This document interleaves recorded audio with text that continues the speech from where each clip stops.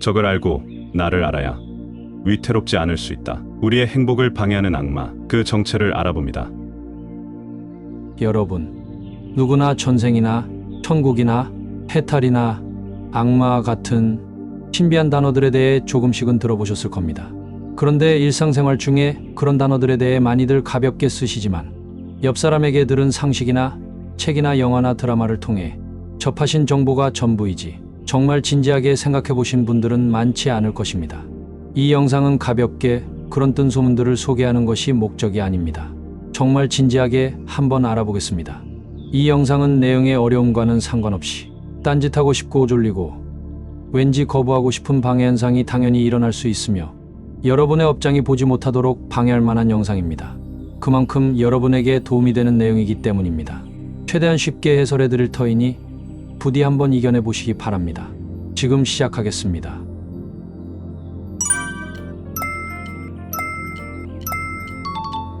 총 6장 중 1장. 나의 행복을 내외에서 방해하는 것이 바로 마이다. 마에 대해 이해하려면 먼저 행복의 일반적인 개념을 생각해보고 인생 전반을 통찰해야 한다. 모든 사람들은 행복을 원합니다. 그렇다면 행복을 방해하는 것을 지금부터 일단 말하고 부르겠습니다. 나의 행복을 방해하는 것은 반드시 두 가지가 있습니다. 그것은 바로 나입니다. 내가 가진 내부적인 조건들인 외모키, 육체의 강건함, 지능의 뛰어남, 마음의 영리함을 비롯한 인간으로서의 능력이나 개인적인 능력을 말합니다. 그런 자신의 내부 조건들이 본인의 목표를 이루는데 부족하다면 내 행복에 방해가 된다고 생각할 수 있겠지요? 그리고 외부의 환경입니다. 그것도 너무나 당연하지요? 그런데 타고난 자신의 내부 조건들을 변화시키거나 약한 능력을 개발하는 것은 어려우니 그래서 수많은 사람들은 먼저 좋은 환경에 가고자 노력합니다. 부모는 자신이 선택할 수 없었으니 어쩔 수 없고 좋은 회사에 들어가고 싶고 좋은 배우자를 만나고 싶고 좋은 거주지를 가지고 싶고 계속 보다 좋은 환경을 찾습니다. 그러면서 그 목표를 이루기 위해 끊없이 자신의 노력을 같이 합니다. 책을 읽고 운동을 하고 좋은 사람과 인간관계를 가지려고 합니다. 너무나 당연한 이야기지만 생각해 볼 문제가 있습니다. 혹시 그것이 언제 끝이 나는 것인지 생각해 보신 적이 있습니까? 그것은 끝이 나지 않는 과정입니다. 아마 계속해서 불만족 속에서 끝없이 더 원하다가 이번 생을 마감할 것입니다. 인간의 숙명이 아니냐고요? 맞습니다. 누구도 이것에서 벗어나지 못합니다. 그런데 불교에서는 이것을 구부득고라고 합니다. 구하는 것은 너무나 어렵습니다. 설사 구했다고 해도 보다 더 많은 것을 원하기 마련입니다. 돈, 음식, 이성, 자식, 명예 항상 모자랍니다. 구해도 만족을 모르고 끝이 없이 더 좋은 것을 욕망합니다. 자신이 자발적으로 그러는 분들이 계시고 사람으로 태어났으니 어쩔 수 없다. 그러니 할 수 없이 나도 그렇게 살 수밖에 없다고 생각하실 수 있습니다. 사실 저도 마찬가지입니다. 본인은 자신의 삶에 만족하신다고요? 솔직히 말해보십시오. 더 많은 것을 원하지만 주변을 보니 상대적으로 내가 나쁘지 않을 정도로 누리고 있는 것 같고 더 원하면 너무 노력을 많이 해야 하고 또 성공 여부도 불확실하기 때문에 그렇게 조금 포기 같은 타협을 하고 현재에 안주하는 것 아닌가요? 속마음은 더 원할 수밖에 없습니다. 그것이 인간의 속성입니다. 총 6장 중 2장. 상대적, 비교를 통한 일시적 행복이 아닌 진정한 행복이란 무엇인가? 윤회론에 대한 잘못된 상식과 불교에 대한 올바른 이해. 그래서 불교에서는 이 세상을 욕계라고 합니다. 욕망의 세계라는 것이지요. 그래서 부처님은 끝없는 갈구로 인한 이 고통의 세계를 탈출하라고 합니다. 그것이 해탈입니다. 저도 처음에는 윤회라는 것을 옛사람들이 겁주려고 만들어낸 이야기인 줄 알았습니다. 도덕적으로 살면 죽어서 좋은 곳으로 가고 비도덕적으로 살면 죽어서 안 좋은 곳으로 간다. 그러니 겁이 나면 도덕적으로 살아라. 이렇게 사회의 평화유지를 위해서 퍼뜨린 이론일 수 있다. 이렇게 생각했습니다. 아니면 귀족 같은 기득권 계층이 비기득권 계층인 노예들에게 반란이 일어날 것을 두려워해서 계층을 안정화하고자 이용하는 이론, 즉 너희들은 전생에 죄를 지어서 노예로 태어났고 나는 전생에 선행을 많이 해서 귀족으로 태어났으니 그러니 너는 전생의 죄에 대한 빚을 이번 생에 갚아라. 이렇게 가치관을 주입시키면 비기득권 계층에서 반란이 일어날 소지가 적으니 기득권 계층이 만들어낸 이야기일 거라고도 생각했습니다. 그런데 불교를 만나고 경전을 조금씩 보다 보니 그런 식으로 만들어진 이야기라고 하기엔 너무 이야기가 방대하고 엄청난 깊이가 있으며 짜임새가 맞물려 돌아가는 것을 알게 되었습니다. 그리고 실제로 조금씩 경험을 하다 보니 전설이나 이야기 속에 등장하는 귀신이나 기와 같은 것들이 실제로 존재하는 것들이었습니다. 거기서 저의 모든 상식은 깨졌습니다. 그래서 지금은 윤회를 믿을 수밖에 없어서 믿습니다. 도덕적으로 겁을 주기 위해 만들어낸 이야기나 기득권층의 옹호를 위해서 만들어진 이론이라는 것이 현대인에게는 논리적으로 합당한 추론이기는 하나 2500년이나 오래전에 인쇄나 출판이 없고 교통도 불편하던 시절에 지어낸 것이라고 보기엔 부처님의 말씀이 너무나 설명이 풍부하고 짜임새가 잘 맞물렸으며 세상 사람들의 상식과는 반대되는 기나 마음에 관한 저의 직접 경험을 통해 저는 이제 믿을 수밖에 없습니다. 그래서 저는 지금부터 불교의 체계를 기반으로 윤회나 악마나 해탈 등을 설명하고자 합니다. 저는 진짜라고 믿으니까요. 불교는 믿음의 시작이 삼세인과 육도윤회입니다. 모든 생명체가 삼계 내에서 자신의 인과응보에 의해 고통을 받으며 쳇바퀴 돌듯이 윤회하는데 거기에서 해탈을 해야 고통을 여의고 진정한 행복을 얻는 것이 가능하기 때문입니다. 그렇다면 죽었다가 다시 돌아올 수 없기 때문에 직접 경험은 할 수가 없으니 완전히 믿음만의 영역일까요? 아닙니다. 불교는 스스로 수행해서 살아서 그것들을 직접 알아볼 수 있다고 합니다. 다행히 부처님은 그 방법을 수많은 경전들에 남겨놓으셨습니다.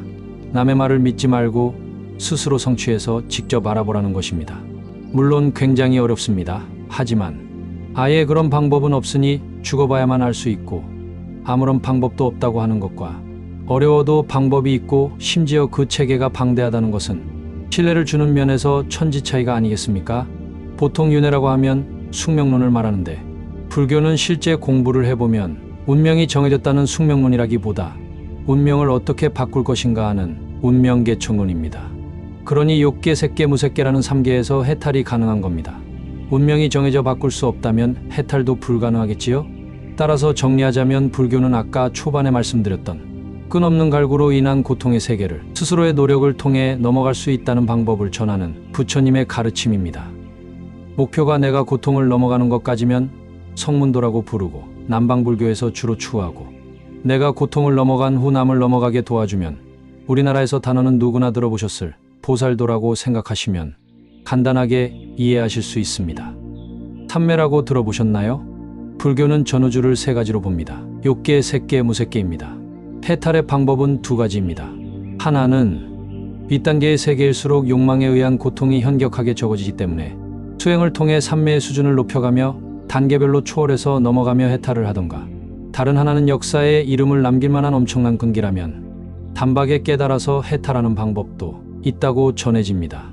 아무튼 불교의 삼매는 수많은 셀 수 없는 삼매가 있지만 먼저 기본적인 삼매를 설명드리면 자신의 정신을 갈고 닦아 집착을 해결합니다. 욕계에서 거기에 해당하는 욕망과 집착을 해결하고 색계로 넘어가도 또한 욕망과 집착을 해결하고 승화시켜서 그 윗단계인 무색계로 가고 정말 구체적으로 3계를 모두 넘어가서 해탈하고자 하는 방법입니다. 9단계가 있어서 구차재정이라고 합니다. 그 해탈의 원리를 교과서에도 등장하는 부처님의 진리이신 사성제라고 합니다. 그 모든 생명체는 태어나면서 죽을 때까지 고통을 겪는다. 그리고 그 고통은 윤회하면서 끝이 없다. 집 그 문제의 원인은 수없이 윤회하면서 전생에 쌓았던 집착과 현생의 집착이다. 멸이 끝없는 고통을 멸하려면 열반을 얻어야 한다. 또 열반을 얻기 위해 문제의 원인인 집착을 전문적으로 없애는 방법은 성문도의 8정도나 37조 도품이나 각종 보살도의 수행법이다.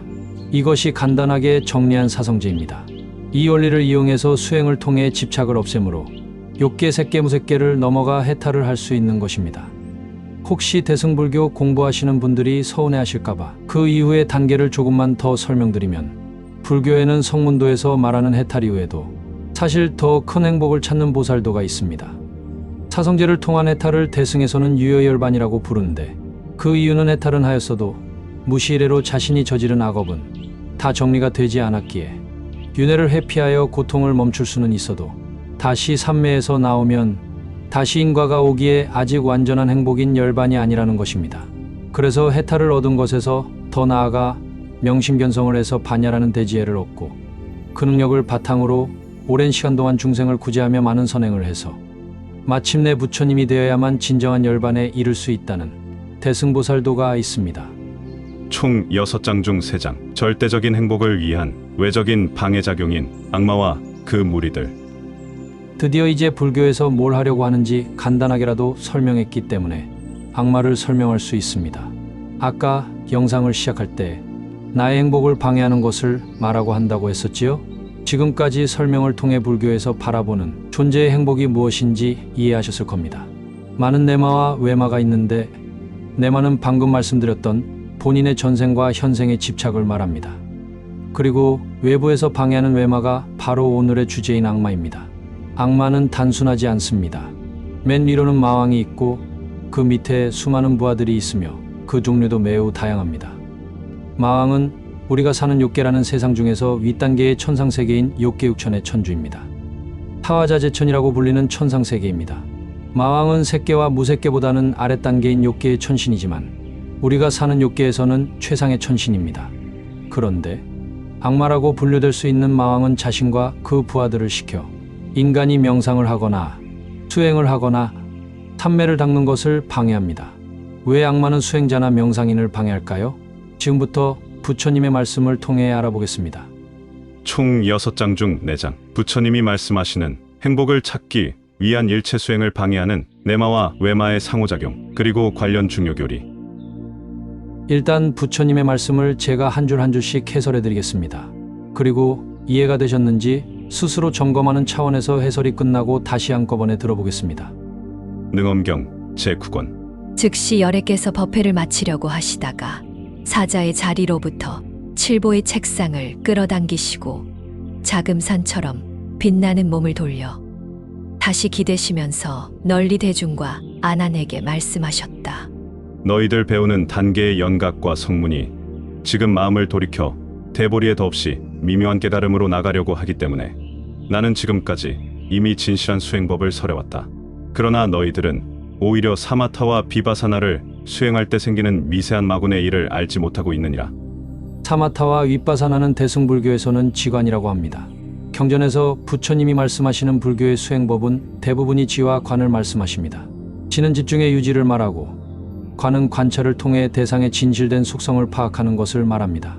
여러분이 많이 하시는 주문이나 다란이는 집중의 수행법이고 집중을 통해서 유관이든 아니면 천왕 같은 신통지혜가 개발되어 대상을 관찰하는 것을 관이라고 합니다.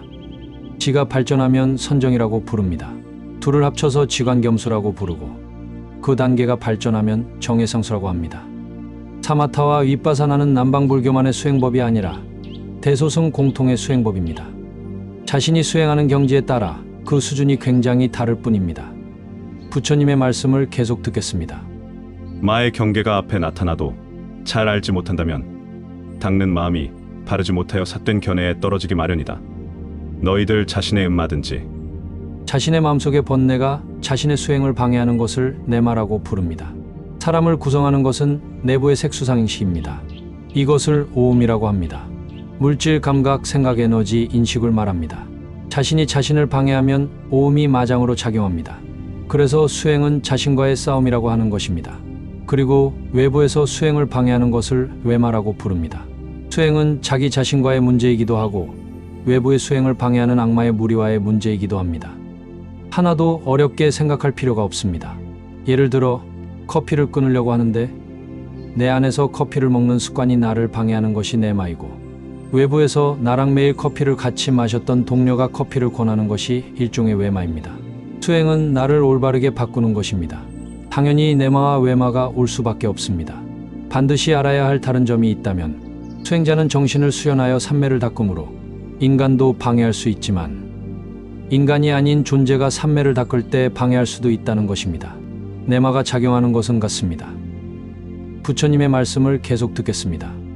혹은 또 천마든지 혹은 귀신이 붙거나 혹은 도깨비를 만났을 때 마음속이 밝지 못하여 도적을 자식으로 알거나 또는 그 가운데서 작은 것을 얻고 만족하면 반드시 기억하십시오.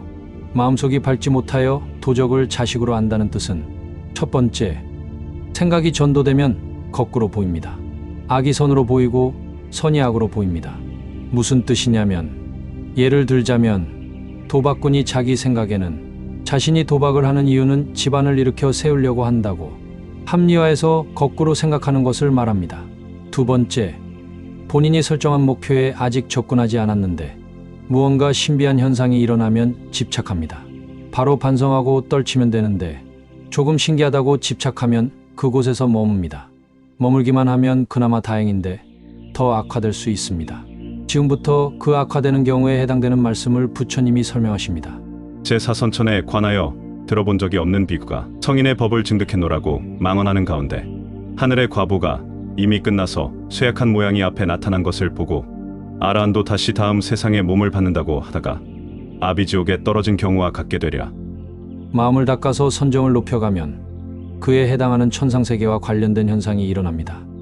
불교의 천상세계는 욕계, 색계, 무색계가 있습니다. 따라서 색계의 사선천은 욕계를 넘어간 색계사선정이라는 선정 능력과 관련된 천상세계입니다. 사선천이라는 색계 천상세계에 들어본 적조차 없다는 뜻은 사선정조차도 증득은커녕 듣지도 못했다는 뜻이며, 그럼에도 성인의 법을 얻었다고 말한다면 엄청난 거짓말이라는 뜻입니다. 이것을 중상만이라고 합니다. 내가 사실은 수행의 수준이 성자의 경지에 이르지 않았거나 삼매를 얻지 못하였어도 그렇게 되었다고 말하는 거짓말이고, 그 과보는 엄청나게 무겁습니다. 첫 번째는 경전을 공부하지 않아 교리를 잘 몰라서 함부로 말하는 경우가 있고, 두 번째는 지금 설명하는 경우로서 삼매 속에서 성인이 되었다고 잘못 생각하면 바로 마장에 빠져들어 삼매에 나와서도 자신이 성인이 되었다고 스스로를 속이게 되는 경우입니다. 그리고 그 비구가 아라한도 다음 생에 몸을 받는다고 또 다른 거짓말을 하였는데, 아라한은 윤회에서 벗어난 성자이기에 다음 세상에서 또 태어나는 다른 몸을 더 이상 받지 않습니다. 3계를 해탈한 것이 아라한입니다. 물론 보살도로 전향해서 다시 3계로 들어오는 아라한이 계시지만 오늘은 논외로 하겠습니다.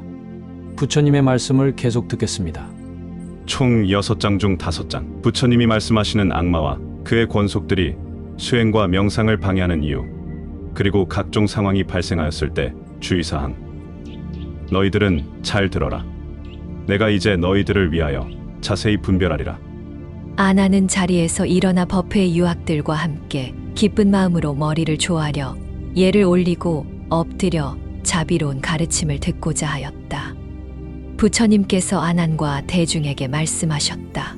너희들이 선정을 닦아 산마지를 장엄하여 시방보살과 무르대아라한과 마음의 정기가 꼭 맞아 통해서 그 자리가 맑고 고요해지면 일체 마왕과 귀신과 온갖 범부처는 그들의 궁전이 까닭없이 무너지고 대지가 쪼개져서 물과 무체 중생들이 모두 어지럽게 날아오르며 두려워하는 모양을 보느니라. 어둠에 묻힌 범부들은 그런 변화를 느끼지 못하지만 저들은 누진통을 제외한 오신통을 갖추고 이 번뇌의 세상을 사랑하고 있으니 어찌 너희들이 그곳을 부수도록 내버려 두겠느냐. 그러기 때문에 귀신들과 모든 하늘의 마군들과 도깨비들과 요정들은 너희들이 삼매에 들었을 때 몰려와서 너희들을 괴롭히는 것이니라.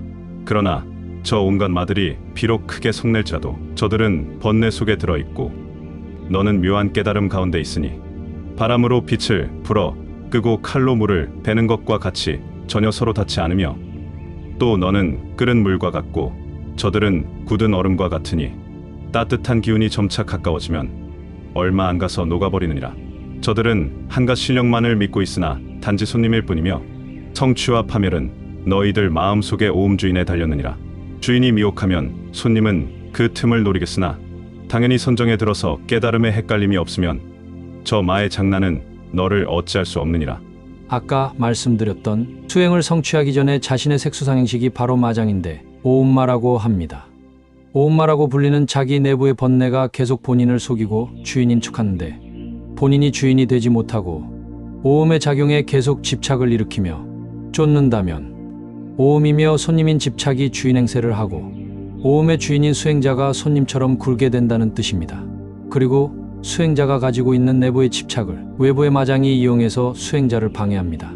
예를 들어 책을 읽는 것을 싫어하는 사람이 불교를 시작했을 때 반드시 경전 같은 거 볼 필요 없다고 하는 사람이 나타납니다. 그러면 원래도 책 읽는 것을 싫어하니 얼씨구나 좋다고 그 사람 말에 넘어가 어림짐작으로 마구잡이로 수행합니다.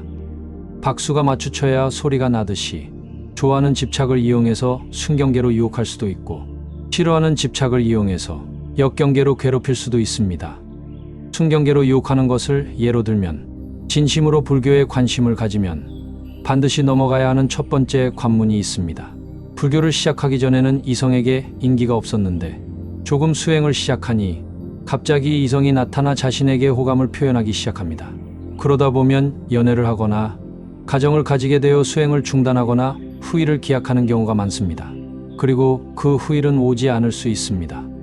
저번 시간에도 말씀드렸다시피 일체지착을 없애는 방법은 두 가지입니다. 첫 번째, 막바로 바냐나 무르나 보리를 깨달아서 깨달은 상태에 머무는 것입니다. 별다른 대치법문이 필요가 없습니다. 자성 그대로가 밝아지면 대치법문이 필요가 없으니까요.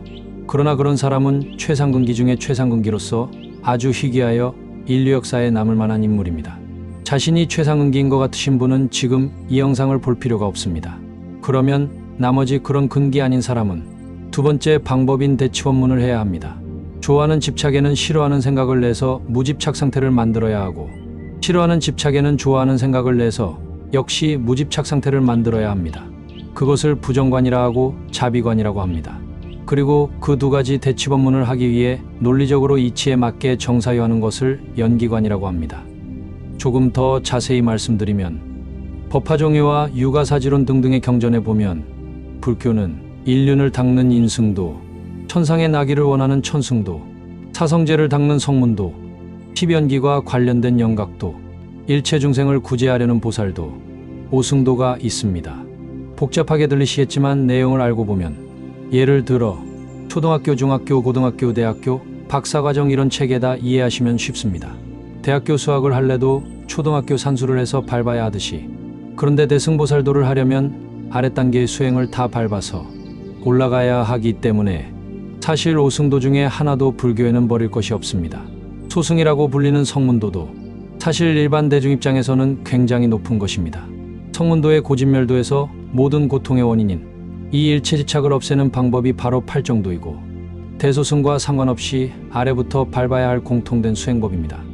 초보자는 육안으로 정견, 정사유, 정정진, 정어정업으로 팔정도 중에 오정도를 운용하다가 그 심력이 강해지면 여섯 번째, 일곱 번째인 정명정념을 얻고 본수행을 시작해서 마지막 팔정도인 정정을 얻습니다.